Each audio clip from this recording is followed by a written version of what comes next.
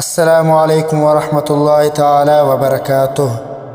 دوستو، آج کی اس ویڈیو میں ہم آپ کو یہ بتائیں گے کہ والدین پر اولاد کے کیا حقوق ہوتے ہیں۔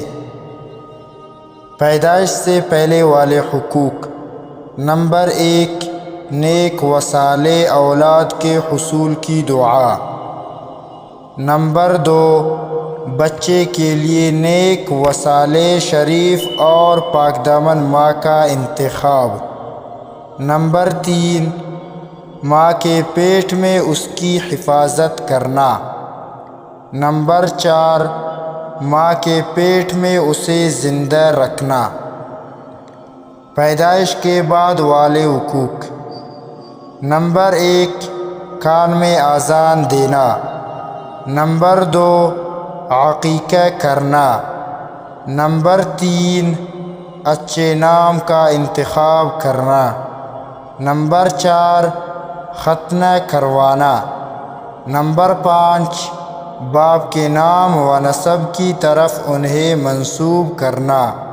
نمبر 6، ان کے لیے دودھ اور غذا کا بندوبست کرنا۔ نمبر 7، ان کی اسلامی تعلیم و تربیت کرنا۔ نمبر 8، ان کے ساتھ شفقت و ہمدردی کا معاملہ کرنا۔ نمبر 9، اولاد کے درمیان عدل و انصاف کرنا۔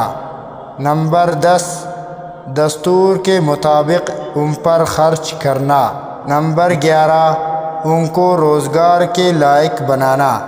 نمبر 12، ان کی غلطی و کوتاہی کی نشاندہی، سرزنش اور پھر انہیں معاف کر دینا۔ نمبر 13، ان کی مناسب جگہ شادی کروانا۔ نمبر 14، ان کے لیے دعائے خیر کرنا۔